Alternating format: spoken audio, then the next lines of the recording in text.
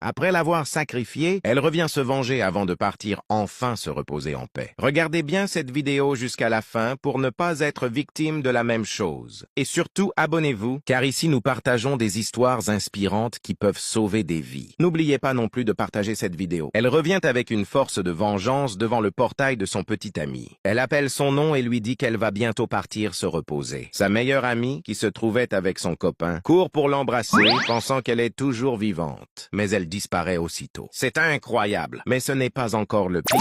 Elle la cherche à gauche et à droite. Puis, soudainement, elle réapparaît de l'autre côté, tout près de son petit ami. L'ami ne comprend plus rien, mais l'homme, lui, sait déjà ce qu'il a fait. Elle lui demande alors pourquoi il l'a tué. Elle lui demande aussi ce qu'elle lui avait fait pour mériter d'être sacrifiée pour de l'argent après tout ce qu'ils avaient vécu ensemble. Pendant ce temps, son ami est choqué d'entendre cela et se demande ce qui se passe réellement. L'homme prend alors la parole et dit « Je t'ai utilisé pour un sacrifice d'argent parce que tu ne m'apportais rien. Et c'est ce que tu méritais. C'est vraiment cruel. » Une relation amoureuse qui se transforme en une histoire dramatique et horrible. Le monde est vraiment méchant. En entendant cela, son ami commence à lui dire de ne pas partir, qu'elle lui manque beaucoup et qu'elle a encore besoin d'elle. Mais elle ne savait pas que le fantôme connaissait déjà sa participation dans ce meurtre. Le fantôme lui dit alors « Tu savais tout de ce plan, mais tu ne m'as rien dit. Tu m'as trahi. Je t'ai toujours fait confiance. Tu connaissais tout de moi. Tu avais même mon numéro, mais tu ne m'as jamais prévenu de ce qui allait arriver. Aujourd'hui, je suis perdu dans les ténèbres. Tu ne me reverras plus jamais. Parce que tu n'as pas voulu me protéger. C'est vraiment cruel. Méfiez-vous de certaines amitiés, car la vie est courte et une confiance aveugle peut parfois vous coûter la vie. Mais le pire reste encore à venir. C'est maintenant que la mission du fantôme commence réellement. Elle dit à son amie qu'elle n'est plus vivante, qu'elle est désormais un fantôme venu se venger. Elle se tourne ensuite vers l'homme et lui dit qu'il est fier de ce qu'il a fait, mais qu'il ne profitera jamais de cet argent. Elle ajoute que si elle ne se venge pas, son âme ne pourra jamais trouver le repos. L'homme lui répond alors avec arrogance qu'elle ne pourra rien lui faire. Il dit qu'il va profiter de cet argent partout dans le monde et avec tout le monde, tandis qu'elle, personne ne la reverra jamais. C'est pitoyable. Même à ce moment-là, il n'a aucune pitié pour elle. Il ajoute même que c'est avec son ami qu'il va commencer à profiter de cet argent. Quelle méchanceté! Mais ce qui va se passer ensuite va vous choquer. L'ami est terrifiée et commence à présenter ses excuses, disant qu'elle ne voulait pas que quelque chose de mal lui arrive. Mais l'homme reste arrogant. Le fantôme lui dit alors qu'il ne vivra même pas assez longtemps pour profiter de cet argent. Elle ajoute aussi que son ami subira la même souffrance que lui. Aucun d'eux ne profitera de cette richesse.